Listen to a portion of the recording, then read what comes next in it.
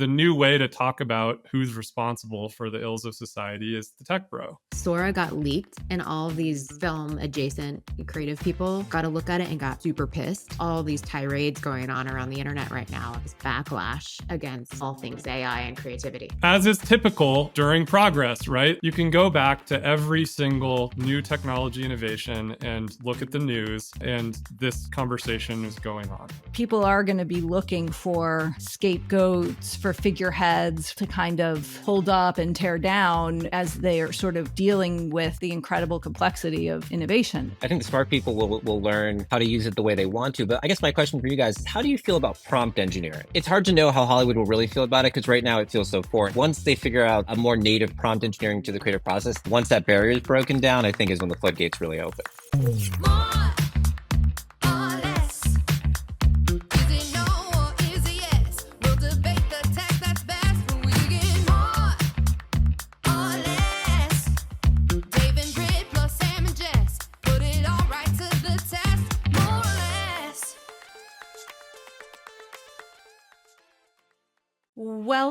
Welcome to another episode of More or Less. Hey, Jess. Friends, I'm very excited to see you. Oh, always good to see you.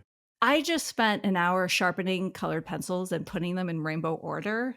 So You must be bored. I'm so glad to have the intellectual stimulation of this pod versus the managing a 14-person pre-Thanksgiving household. So Oh, man. thank you for that.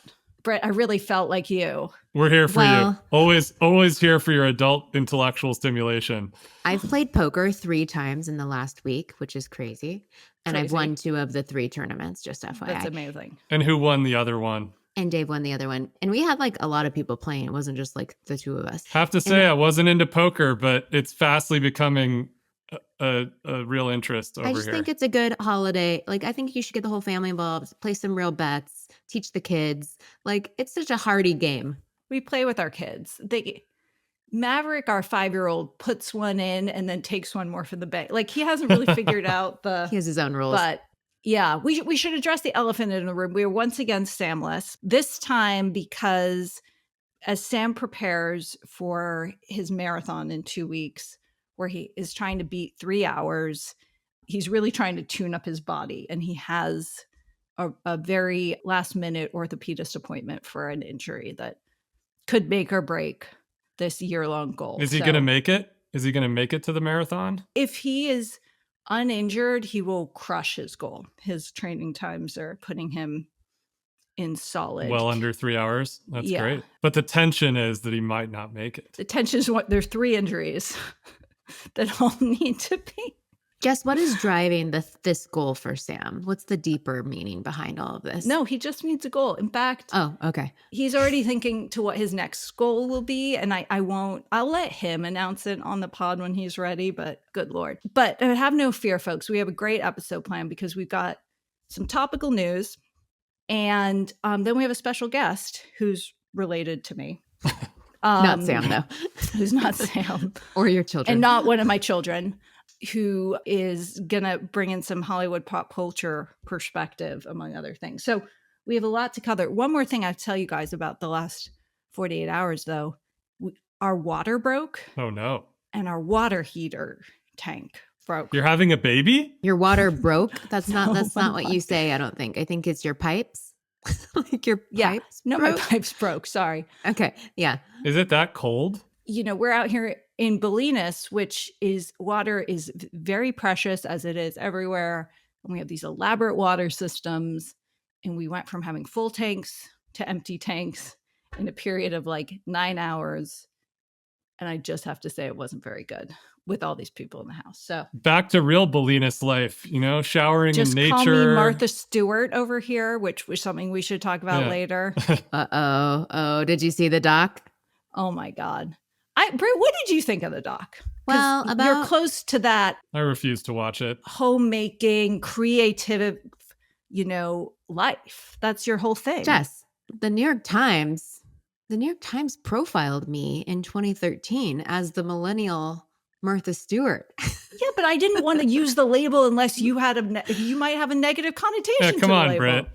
Yeah, we've moved on. we've moved on for sure, but I have a lot of history with Martha. Got it. Okay. Ooh, we're going on the record. She doesn't love me She doesn't love because you.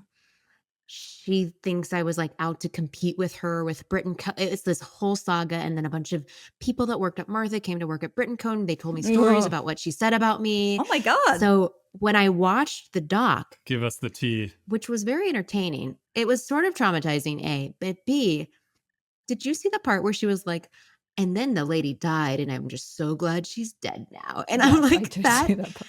the word vile came up a lot with people that have Aw. worked. Yeah. And so I adore her and I'm inspired by her for a lot of reasons. And I think she's a sharp-edged person. That's not and new news. and I think that the documentary actually portrayed her well. It's not new news, but I don't think a lot of people know that about her. But I've been in some weird inner circles with her. I don't so- know. The woman went to prison. Come on. Yeah, but it was like for insider trading. It wasn't like for murder. It was for lying about insider trading because they couldn't. That's pretty sharp edged. I don't know. The documentary, which clearly, I mean, was a major branding moment for her that she willed into existence. I mean, she turned over like letters and correspondence, and she was the only Correspondence. person on camera the whole time. Everyone else interviewed only got audio, which I thought was so interesting. I'd never seen a documentary that did that. She but probably did that on purpose. Like this. No, I'm sure she did. Yeah. She's like, Yeah. I'll do this, but I'm the only face that people are going to see for 2 hours. Do you think anyone in our generation will have correspondence in their documentary? Text messages. Sam would have correspondence in his documentary. I was going to say only Sam will have correspondence. Sam would have a lot of correspondence. Well, anyway, it's on Netflix for listeners and viewers who haven't seen it. And I mean, what I liked about it is it really underscored how she was the OG creator influencer. And I think that's true. Totally. And that was a theme they pushed aggressively, but It's a good way to think about it, actually. I think it's true. And you can't also like, It's like what, her and Ralph Lauren. yeah, maybe. No, fashion brands don't count. But Ralph Lauren was like an influencer brand. Well, you could say that then about Walmart, and Sam Walton was an influencer. Like that, you could say that about Porsche or Rockefeller, or like back in the day, people named their brands after themselves. I had to explain this to a lot of my investors when I was starting Brit & Co. because they thought it was so crazy that the name Brit was in the brand. I mean, like every fashion brand is named after the person. Like Hershey's is literally named after Hershey. Like so many brands, all of the original brands were named after people. And so I don't actually think she was the first influencer. I think No, but of this era. in the multimedia era, yes, like, but not of products or stores. What about or Oprah? Things. Wasn't Oprah in the same cohort? Oprah and Martha were in a similar cohort, but Martha did products. Oprah never did products. And so Martha went from content to commerce. And I think that was like one of the first content to commerce brands of the modern generation. And then you had Jessica Alba, who didn't put her name in the title, but was like That the was first. way later. I know. I'm just saying there was like a renaissance that came around 2007, 8, where like Gwyneth with Goop, Jessica Alba.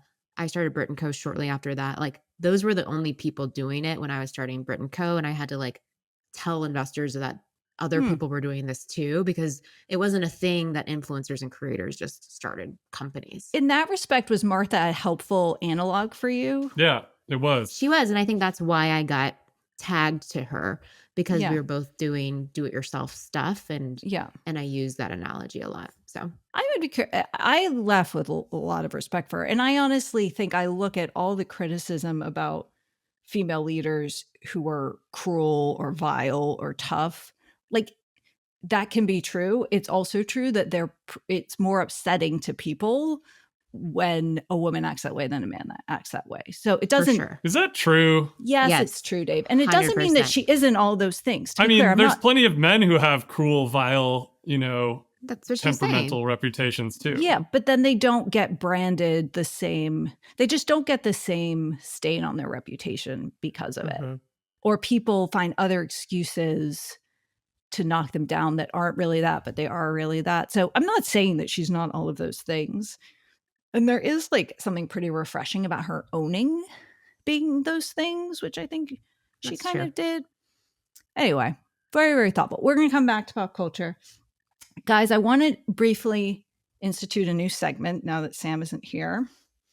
And it's called Decode Sam's Screenshot Essays, aka what the fuck is he talking about? So for those who no, this is really important because I need the decoding because he wants to talk to me about these things. I don't know what he's talking about. But don't you publish? I guess you don't publish the I don't screenshot publish essays. these. You publish the occasional much more Thoughtful essay. thoughtful. Very rarely now because Sam resists editing, to say it lightly. But for those listeners who aren't fully immersed in this, several times a day, several times a week, Sam will have a train of thought that becomes a one screenshot essay he posts on social media. Done it for years. Many are very insightful. They all come out of, not all of them. Once a day, Sam and I are having a conversation and he goes, that would be a great screenshot essay, pulls out his phone and starts working on it. Maybe once every other day.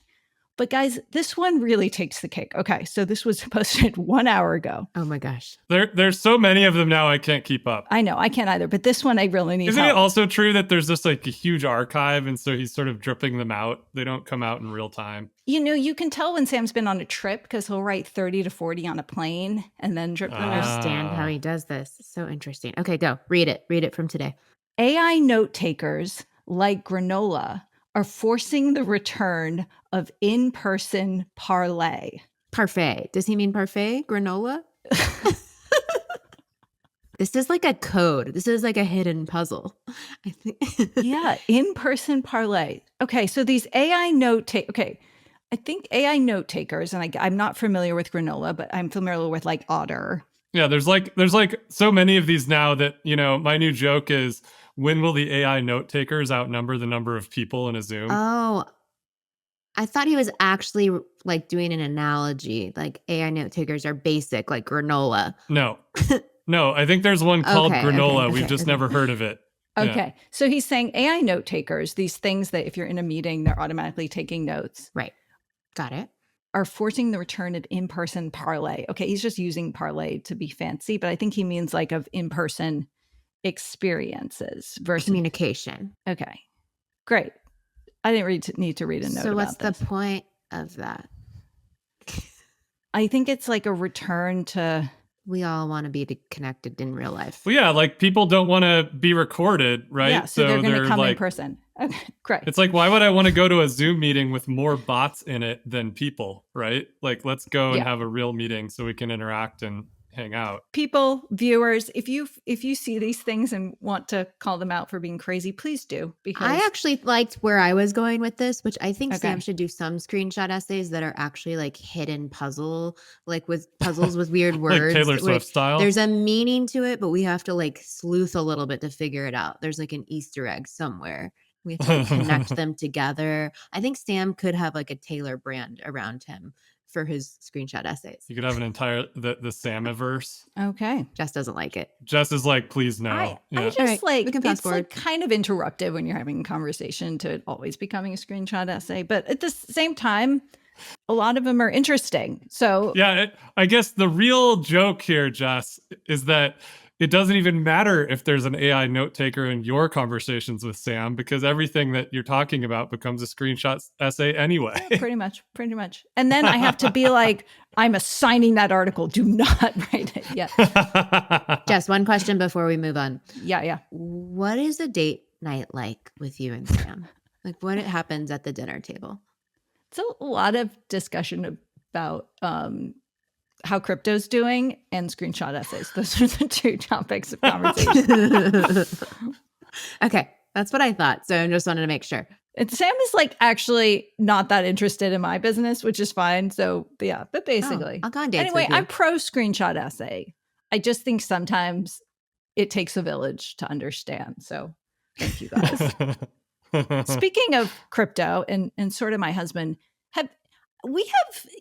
I was reflecting on it. It's been a sort of slow news week. There has been some news. Team of the Information's humming on fundraising deals and the like. But one thing we haven't kind of touched upon, but I get a lot of questions about is like this moment for the tech bros. Like, so to give context here, right?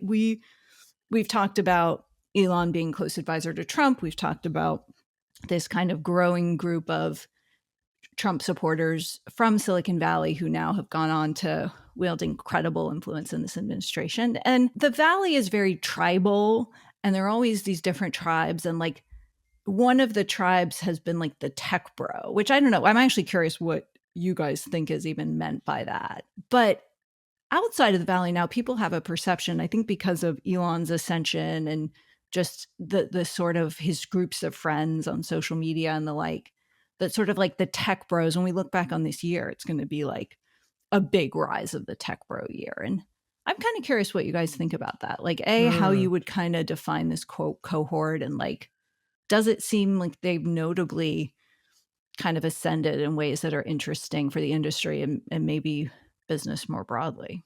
I'm curious Dave's answer, but I'm going to start by maybe fragmenting what I think that people say in the audience when they're thinking tech bros. So yeah, mainstream people, I think, refer to anyone that works in tech and that is a man as a tech bro. And they think of them that's a good point. as an Elon type person. And then you have the inner workings of Silicon Valley. And I think we all know who the tech bros are and who they aren't in Silicon Valley. And so I think that... And Brit, when you say who they are and who you aren't, what are the attributes of the in tech bros? Like, what does tech bro mean to you?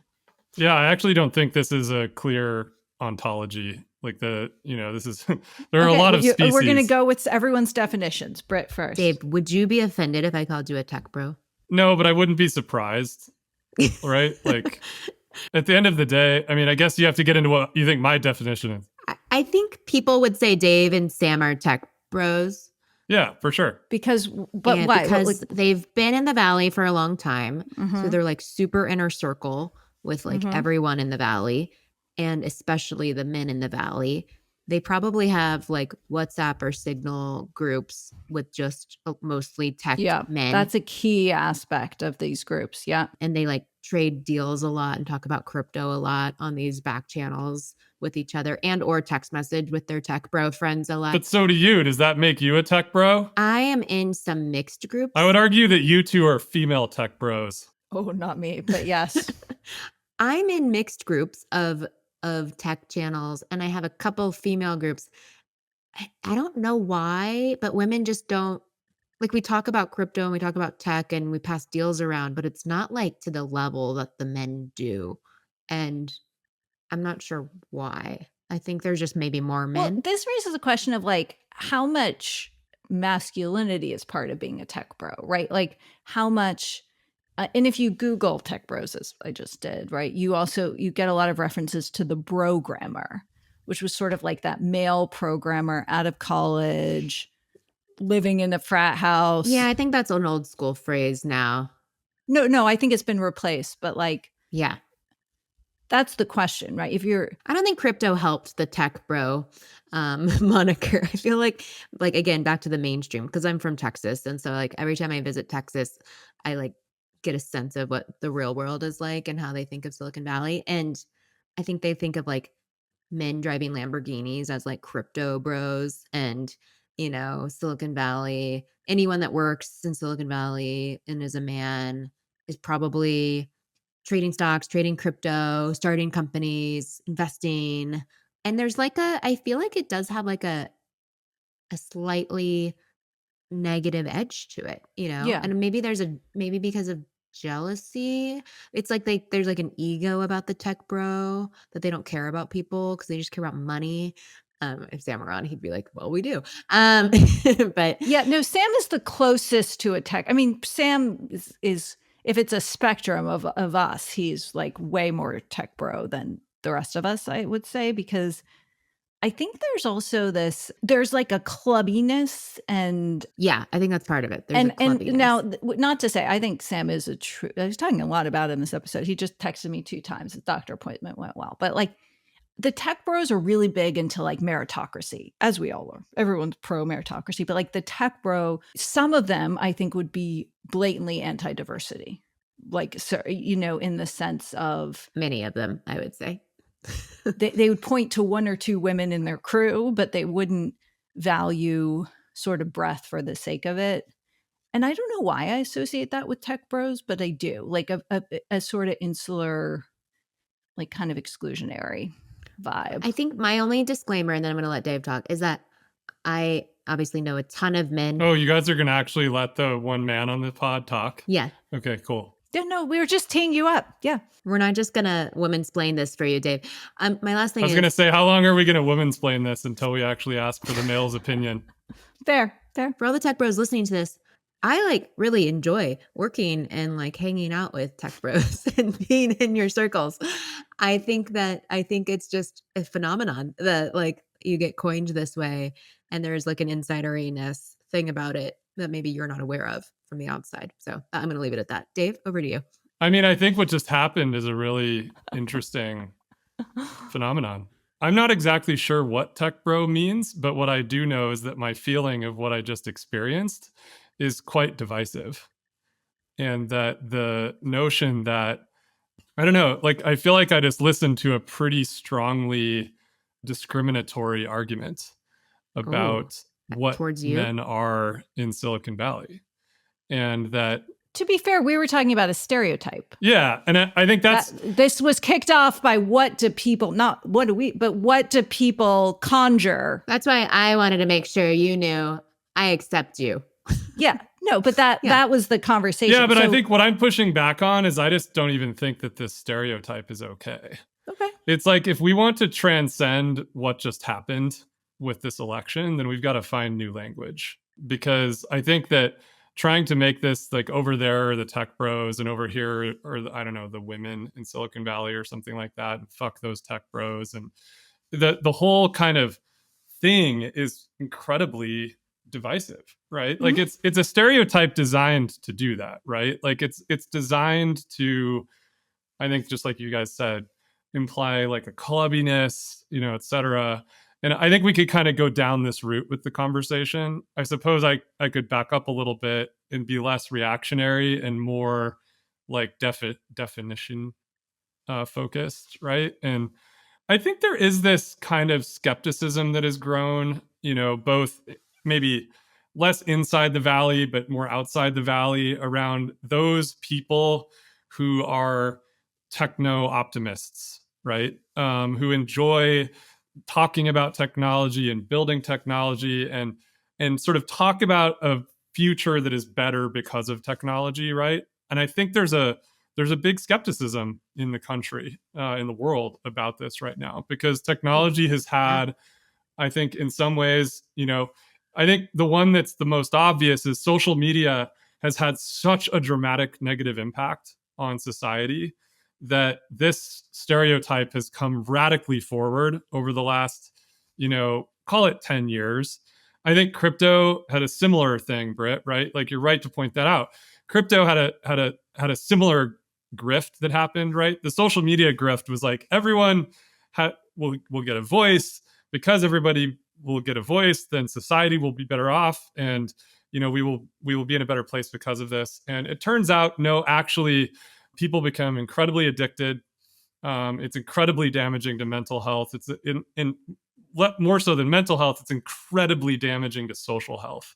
Like we now have a situation where nobody's socializing and we've got a huge problem, right? Same thing with crypto. People were convinced of this thing.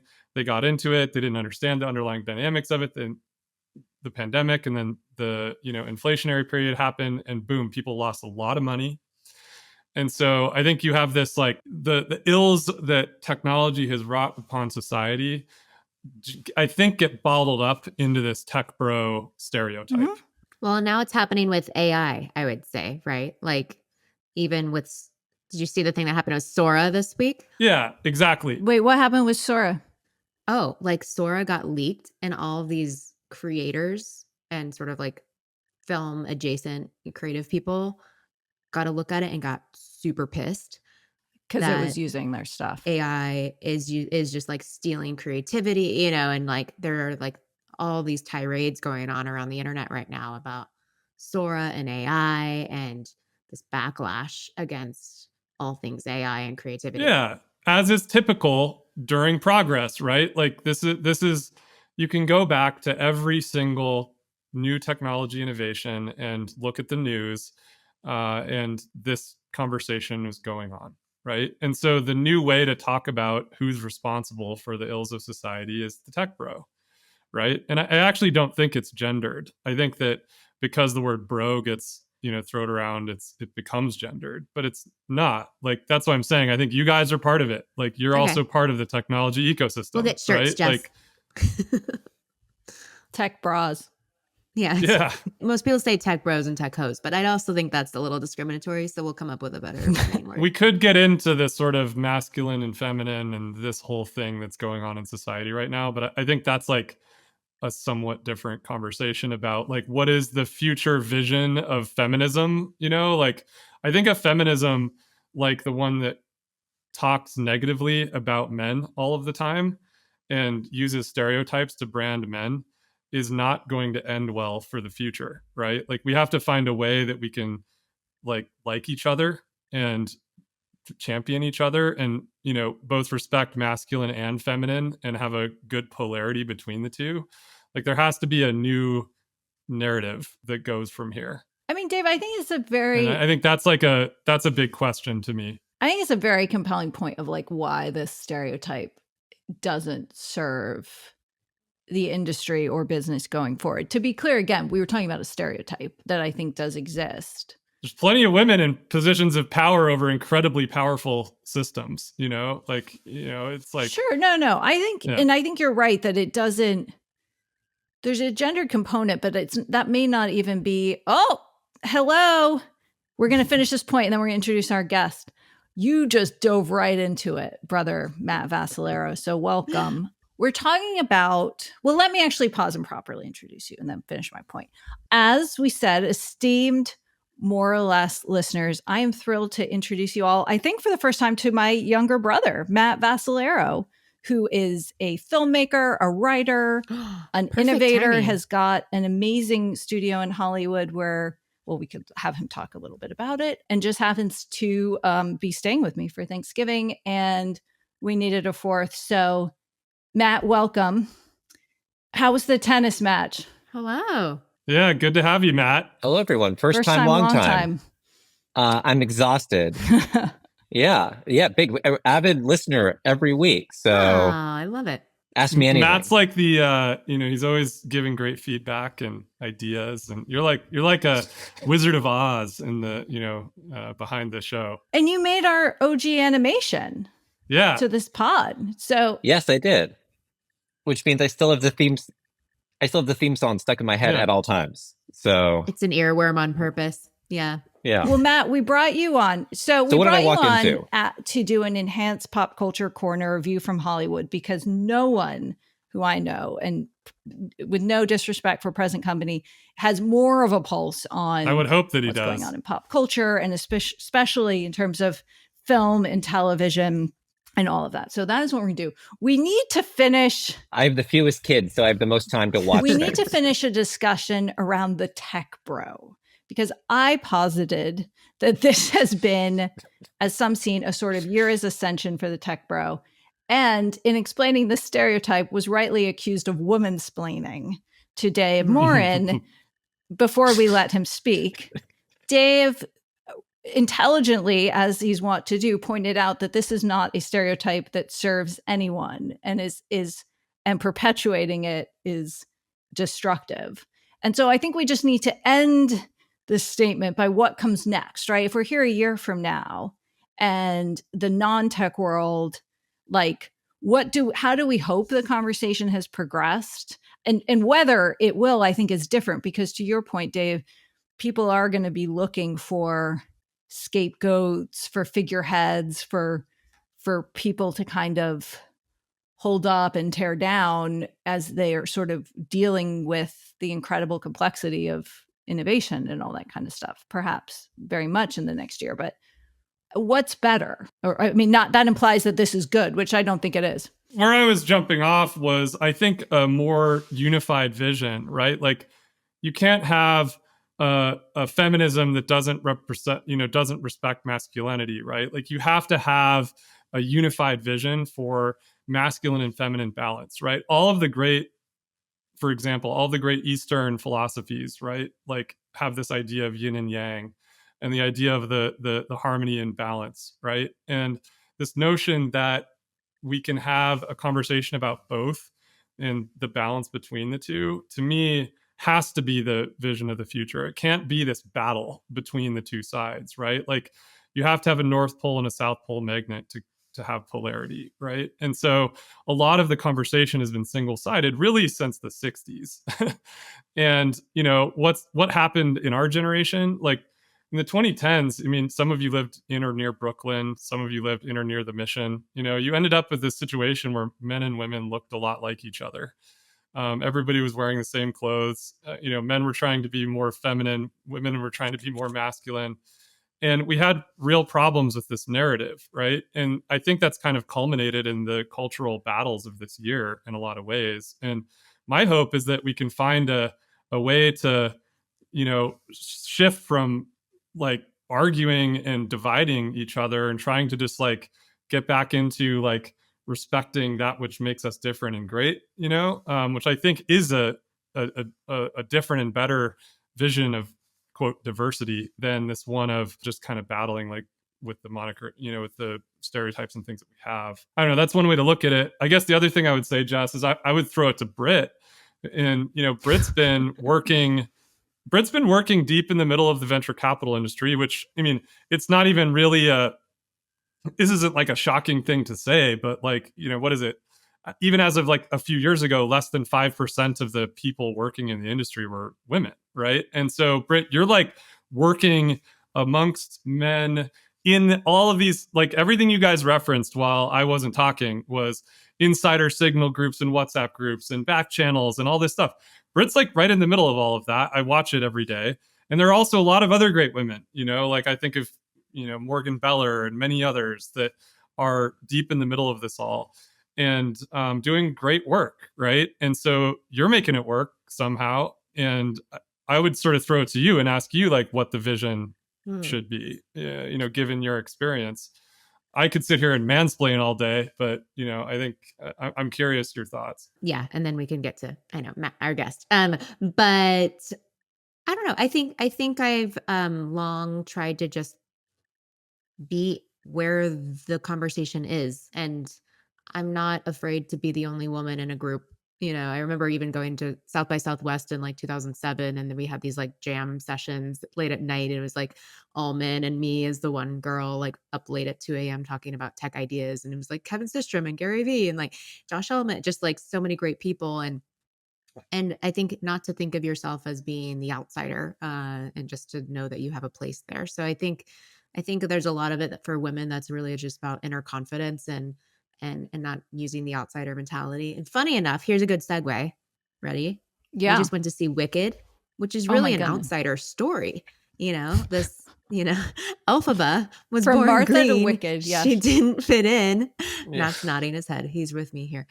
And it's like, how do you build the confidence to find your place and to be different with everyone else, knowing that you all have a lot of similarities at the foundation. So maybe we'll leave it at that. There's also one last thing to throw in. Last thing, Dave. I think there's another side to this, Jess, because you asked a question about the rise of the tech bro, and I think that if we focus in on the words rise of rather than tech bro for a second, I think there's another thing going on, which is I think that tech for many years, unlike Hollywood, which is also a good segue, really tried to stay out of politics, kind of stay, as particularly when you look at like, just to use San Francisco as an example, right? Like other than a few key players in the San Francisco ecosystem, like tech largely tried to stay out of the political thing. We sort of saw it as not our role. San Francisco is run by a lot of different constituencies, and it should stay that way. America was a lot like that too. And this year in particular, in the last couple of years, I think what we also saw was tech really beginning to embrace its role and its, I guess, stature as a major driver in the, both local sort of Bay Area economy and the national economy, and becoming like a meaningful part of the conversation, and just really just fully embracing that conversation in a way that hadn't happened before. So I think that's the other thing going on here, is that tech really is embracing its role as an important voice at the table and kind of flexing its muscle in the kind of techno optimist kind of way we tend to speak to each other, right? And I think does pull out that moniker a lot when people want to slow it down, right? I think they use that moniker to try to temper that a little bit so that the other voices on the other side get their share or whatever. And I think that's the other thing going on with this rise, is just an embracing of the power. Yeah, I just think we have to stay the values of whom you can call it whatever. There are some stereotypes that are not useful, but when you said the word values, Dave, that just struck me, because I think there are some shared values that are prioritized and some shared values that are deprioritized from a lot of these people. And so the bigger the seat at the table, it is why some people are nervous. It's why some people are excited. I mean, my profession is example of a profession that, to play to this stereotype that isn't that useful, one of the attributes of this cohort is they think the press is fake news, right? They tend to not think professional journalists have a role in society. They think they lie, so on and so forth, right? And that's I don't think that's universal. No, it's not, but it's growing pretty quickly. Well, but I mean, I don't think it's heresy. I think I could push on you and say, like, Jess, there's probably plenty of people in journalism that you don't think everybody's doing the best job, right? And there are people who have agendas that are questionable and these kinds of, or just purely incentives that are questionable, right? But there are people who are part of this. You happen to be in a really unique position where you can drive the internal conversation around this in Silicon Valley in a way almost no one else can, right? Because you've got the right incentives and the right voice, and you guys do a good job at trying to be balanced. But that's also, right? and we really should move on. But like, that is also something I hear a lot from, and we could just call them industry leaders. We don't even have to, we can call them industry leaders in tech right now, is, I bring up this, they point out that they're a bad journalist, but they're also saying, like, journalists should have to reveal their sources or go to jail, right? Like, so and yes, there are bad journalists, there are bad doctors, there are bad musicians, right? But like, there's a major swing in sentiment around this topic, which I see, but so many others. And that, like, I guess that's the question, Dave, like, how much a more unifying message and set of values, like, is held by these leaders who are sending, because I actually don't, I see them, if anything, as creating more like polarization than unification. So I think that's the moment, right? Like, I would argue that the thing you're talking about, which is people's mistrust, these types of things, is largely driven by incentives, right? And the way that people have to write headlines and stories and make videos, which gets the clicks, which gets the money, right? Like, it's all this WWE politic that's going on right now, where you have to either be a heel or a face, and there's not very many faces, and so most people choose to be a heel. And to be a heel, you basically, you trying to get booze, you lie, you cheat, you steal, you do the most divisive thing because it works, right? Like, that's the algorithm that drives the world right now. And so we're kind of all up against that. I think that's kind of a different thing from, I think the more nuanced point that I'm hearing from you that I kind of think is interesting is, like, what are the values and how do we push on the ones that don't work? And I think in the past, it was always like investigative journalism. I've been watching this show on HBO called Tokyo Vice, which is about journalists in Tokyo.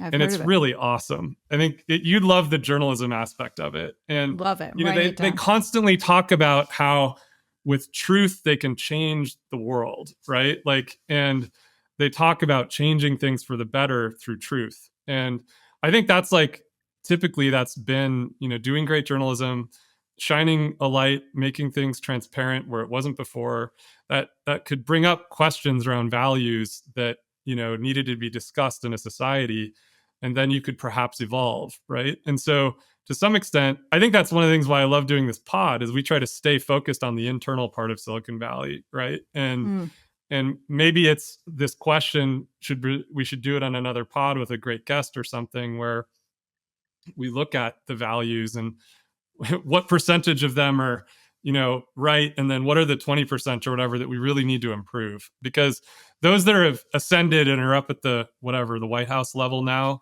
like, you're right, that's already sort of, that rocket already launched, right? And so what's the next iteration is something that I think is a really interesting thing to continue to talk about and try to figure out. To be continued for sure. Matt, we could ask you so many questions, including... Guys, first of all, I feel like I just dropped in the middle of such a fascinating conversation. What is your reaction? Is this like a alien speak weird tech people thing, or do you think we're onto something here? No, my first reaction is it's so much more thoughtful when Sam's not here. I already spent the first 45 minutes slamming it. Everyone gets time to talk. Oh my God. No, I'm kidding. Poor guy. But that was all. We love you, Sam. We miss you. We miss you. Come back. Please come back. Okay, fair enough. So Matt, you are in the epicenter of Hollywood and really at the intersection of not just keeping track of all the cool things coming out, but also a creator yourself. Can you, first question is what's the vibe? What's the pulse? Is this a time where we saw it from the outside where I am, Dave and Brit less so, they're more plugged in. There was a wave of concern around AI that was sort of a storm cloud. There's the big business storm clouds, but what's the vibe? All right, here's the vibe explained in two different ways. The first way explaining it is that everything is horrible and everybody is scared of change. Okay, didn't hear that. That is sort of the vibe out there, which is, I've heard it expressed in different ways. There was a saying, try and survive till 25. That was going around, just sort of talking about some of the context being the writer's strike last year, leaving with what's happening with consolidation and this general sense that there was 650 TV shows that were greenlit last year, and now there's maybe half. So on the one hand, there is a light feeling of panic that the deals that were available... It went from 650 to 300 or something? Don't quote me, but that is directionally accurate. Yes. I didn't know that. Wow. So what happened as a result of that, and I think because there's this human psychological thing where you go, well, 650 must have been the norm opposed to the top of the bubble. And for any individual writer or creator or for actor, it is hard to understand where you fit into that. So all it feels like is the bottom is just dropping out from underneath you, opposed to, I think, another way to think about what's happening. And this is how I think about it, is that I think Hollywood is starting to realize that they should not be competing for people's attention. They should be competing for people's imagination. So that and this is how I would sum up maybe what's been happening in the last 10 years, which is if you want someone's attention, this is the best way vertical videos to get somebody's attention. Or just Instagram apps. If you want to get somebody's time. Yeah. But, and I think when I look at the way that the various things, Quibi. Did you guys see the information story that TikTok is launching Quibi? No way.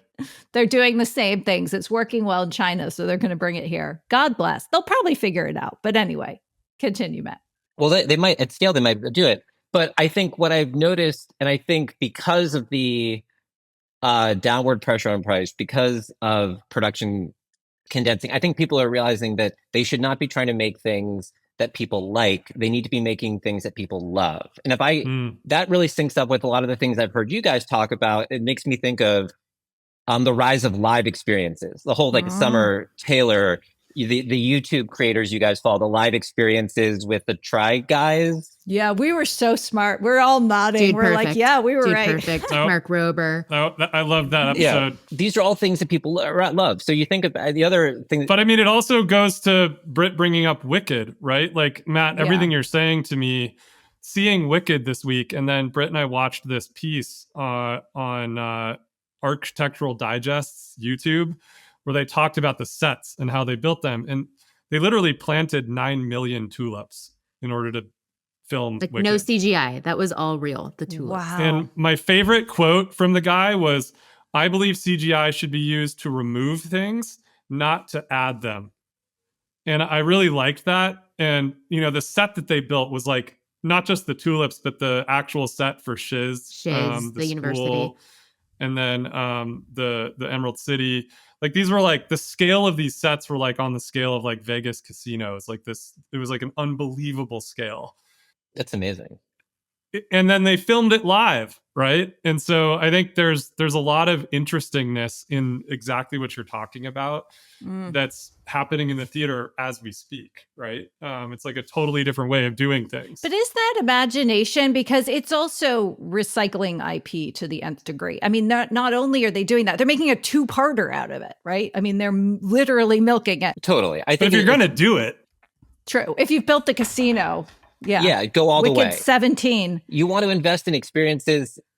I think of like going to Disneyland last year with you, Jess, and your oldest son, where when you walk around Disneyland, you realize Paramount Plus doesn't have this, right? It's properties, experiences that people don't only think about while they're watching it, they think about it after. So it's not necessarily, it's a different way of thinking about like, the bifurcation between there's only $500 million movies and $1 million movies.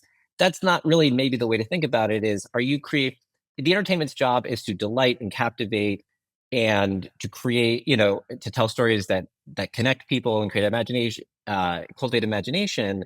It's not just to make stuff that people will idly flip through. You know what I mean? Like the economics of that no longer exist. There's pressure now to say, it doesn't mean everything needs to be 6 million tulips, but it does mean that when those sort of experiences are appreciated, and then it does beg the question, and I think this is what the creator economy does really well, is those are also experiences that people love very deeply. So it's a good time if you're a creator of any kind and you are passionate. I think it has never been a better time to build a brand around that passion. If you're sort of in the market for building mid-tier things that people don't really care about, then I think it's a little Matt, do you want to talk about any of your work, or is it top secret?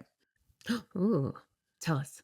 Well, I think I can tease what I'm working on is that I have had experience one foot in the traditional world and the technical world, but right now I've developed a technology where we film actors and we turn their performance into 2D animation in real time. Oh, whoa, cool. So we're hopefully, on the one hand, trying to create high quality, low cost productions. But at the other time, our aesthetic is very Disney, very Saturday morning cartoon. Cool. So we're trying to create stories that people really love, that we could, a low cost way of creating sci-fi movies and genre movies. So we're hoping to exist in this spot where if supply is contracting, budgets are going to have to come way down. And we really are hoping to ride a new wave of independent television production, which hasn't really existed. There's indie film, but there hasn't been a way of necessarily financing your own narrative video content and distributing it.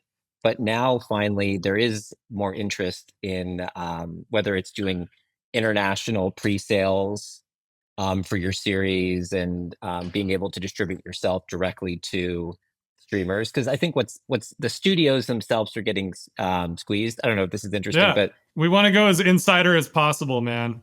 Well, I have this question of like, what is a studio? Like 6 years ago, I sold a TV show, my first big TV show, to Warner Brothers, and I had this question of like, what is an actual studio?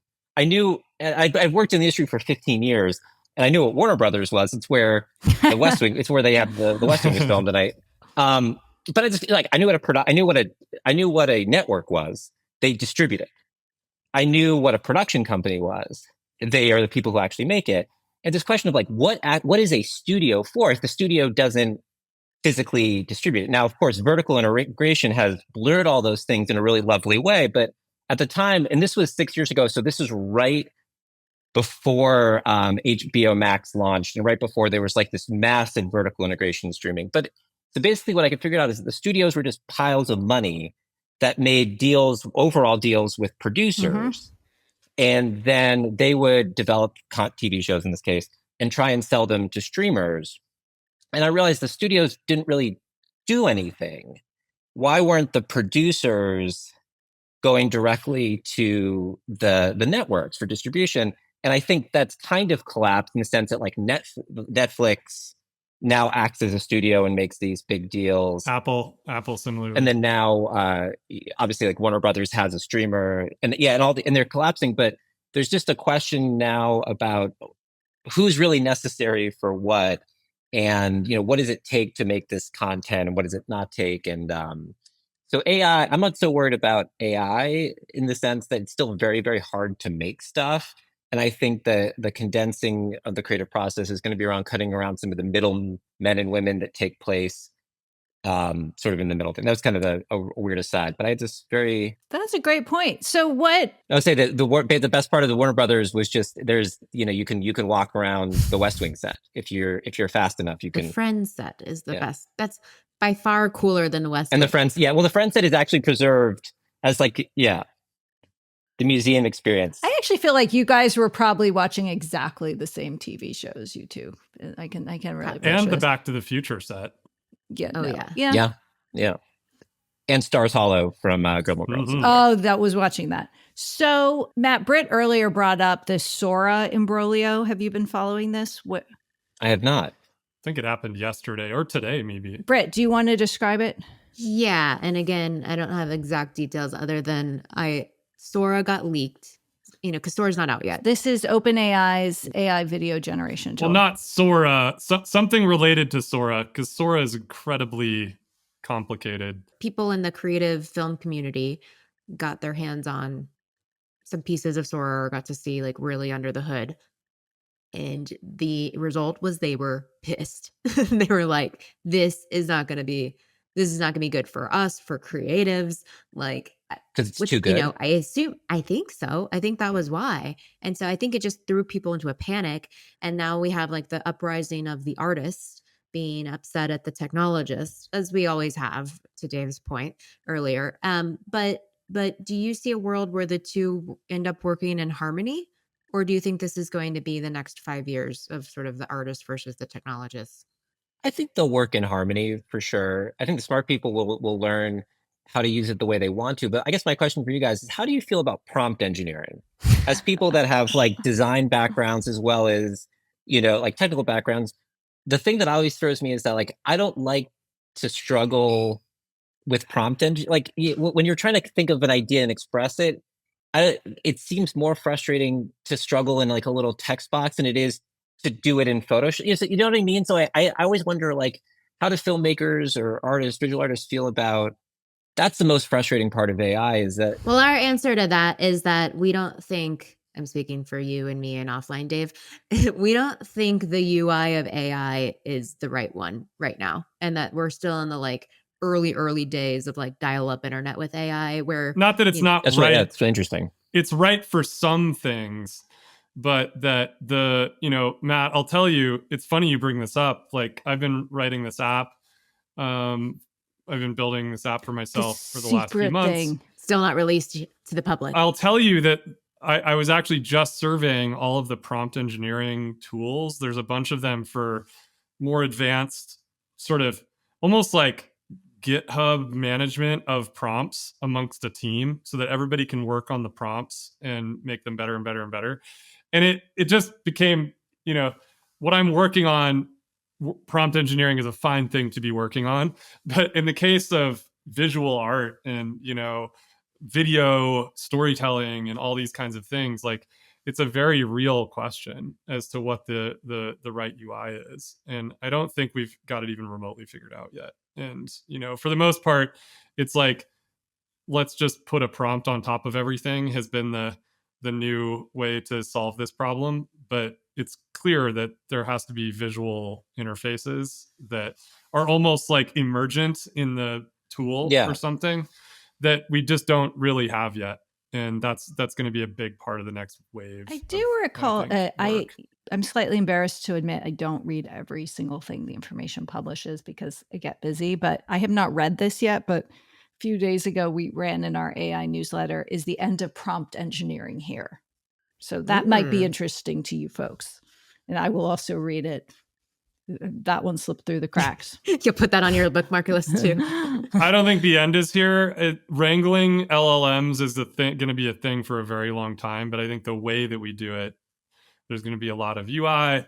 And then I think the whole agentic thing is really what that really is. My least favorite word. I banned it. From it's everybody's least favorite word, but it's a stereotype or whatever you want to call it for trying to figure out how to wrangle these things, or wrangle swarms of these things, and I think that everyone's talking about the same thing, which is how do I work with this thing in my creative workflow for the output that I want to achieve? And that's not always the same for every type of, if you're doing software engineering, well, working in English is fantastic. If you're doing, 2D animation, might be awful, right? And we don't have a good UI for that yet. And somebody's got to go figure that out. And I think actually not enough people are focused on UI right now.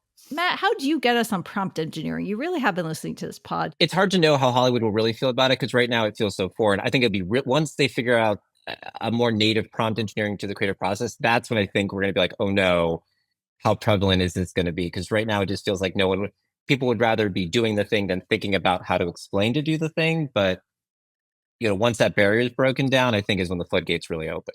Yeah. Okay, Matt, before we leave, I just like in this moment, what are a handful of recommendations you'd have for shows, movies, live experiences? I mean, you're just such a student of everything happening.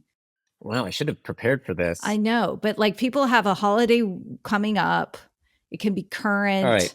I know don't say Moana 2. I'm very excited as well, but he's probably not on your list as a currently childless person. Here's a fun one. I'll try and give you just a really good broad one. Get a VPN and explore the television of another country. Right now, my girlfriend is a huge Survivor fan, and we watched all of American Survivor. You can't just do this on Netflix?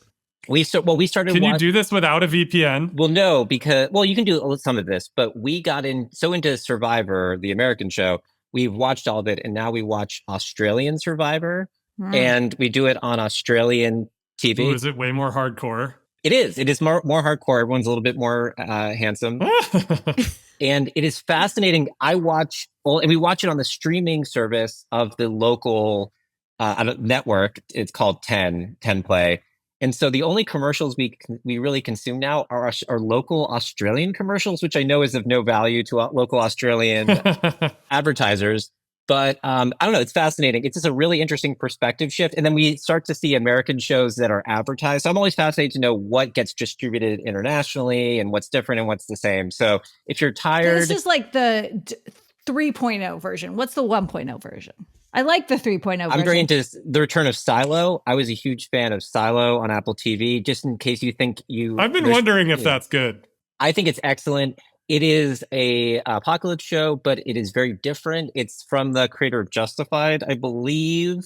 The first season has a very surprising format to it in a really interesting way. You'll watch the first episode and there'll be a huge twist and you'll go, wow. And then you'll watch the second episode and there's even bigger twists. So I cannot be a bigger fan of Silo, and the second season just started, and so far it is really paying off. So that would be the thing I am most excited about. I'm excited to see Gladiator 2. Oh, me too. Although maybe I'm just excited to go back to the theater. Yeah. Is anyone watching the end of Yellowstone? Am I the only one who's just kept with this show? No, I'm watching. Dave's on it. Our mother, who's right over there, is watching it. Oh, Mom's here. She's welcome to say I'm hello. from Montana, Jess. I have to watch it. Dave has to keep up the culture.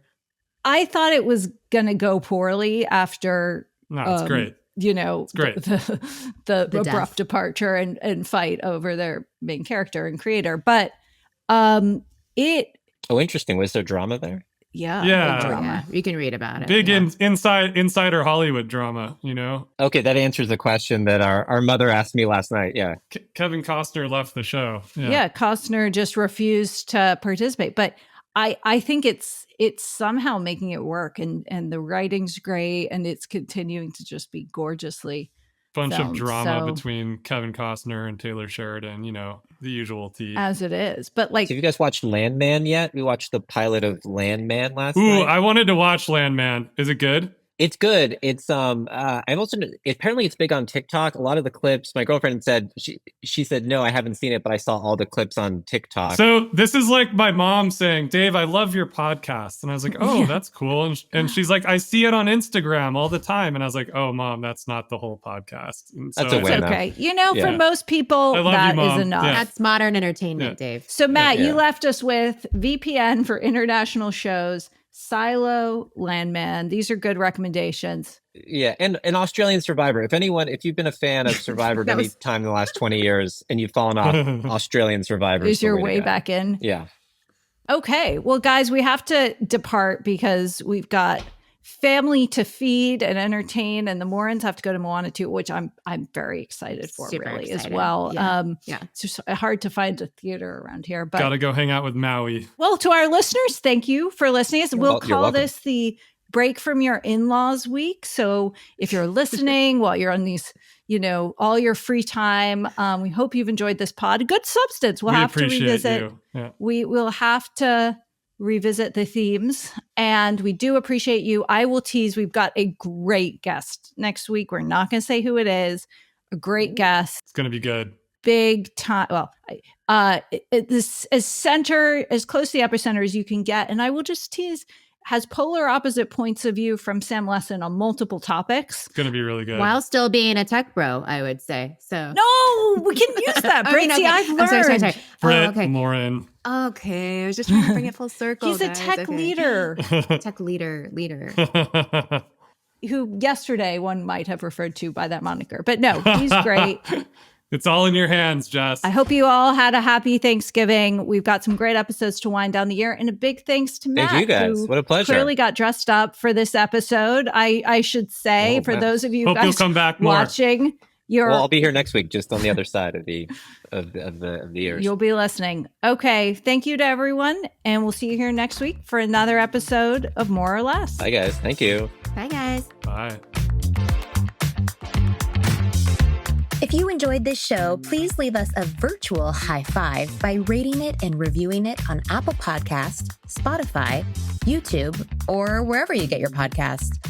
Find more information about each episode in the show notes and follow us on social media by searching for @MoreOrLess, @DaveMorin, @Lesson, @JLesson, and as for me, I'm @Brit. See you guys next time.